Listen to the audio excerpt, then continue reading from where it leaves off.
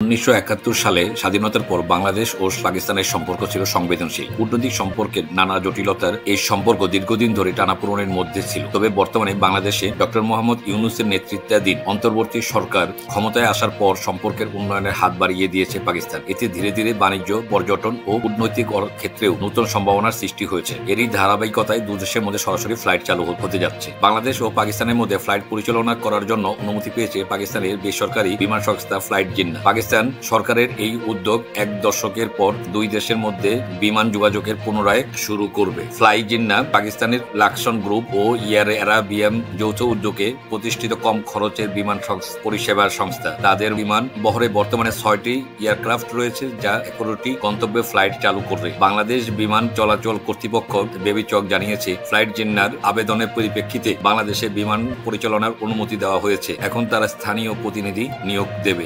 তারপর স্লট ও ফ্রিকোয়েন্সি চাইলে তা বরাদ্দ দেবে বেবিচক। তবে কবে নাগাদ ফ্লাইট চালু হতে পারে সেই প্রশ্নে বেবিচক জানিয়েছে, এটি এয়ারলাইন্সটির সার্বিক কাজ সম্পর্কের উপর নির্ভর করছে। বাংলাদেশ ও পাকিস্তান সম্পর্কের এই নতুন অধ্যায় শুধু কূটনৈতিক ক্ষেত্রেই নয়, ব্যবসা বাণিজ্য নতুন সম্ভাবনা সৃষ্টি করবে। পাকিস্তান পররাষ্ট্র মন্ত্রণালয়ের ওয়েবসাইটে জানানো তথ্য অনুযায়ী 2023 সালে পাকিস্তান বাংলাদেশে প্রায় $65 কোটি পণ্য রপ্তানি করেছে। এর মধ্যে